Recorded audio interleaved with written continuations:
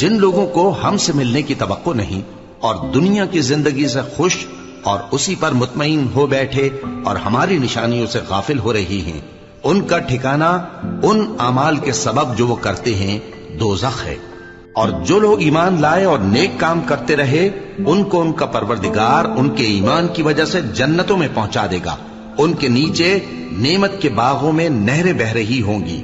जब वो उनमें उनकी नेमतों को देखेंगे तो बेसाख्ता कहेंगे सुभान अल्लाह, और आपस में उनकी दुआ सलामुन अलैकुम होगी।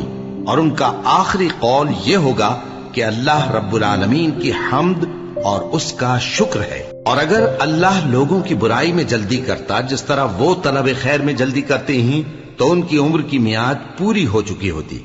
सो जिन लोगों को हमसे मिलने की तवक्को नहीं, उन्हें हम छोड़े रखते हैं कि अपनी सरकशी में बहकते रहें। और जब इंसान को तकलीफ पहुंचे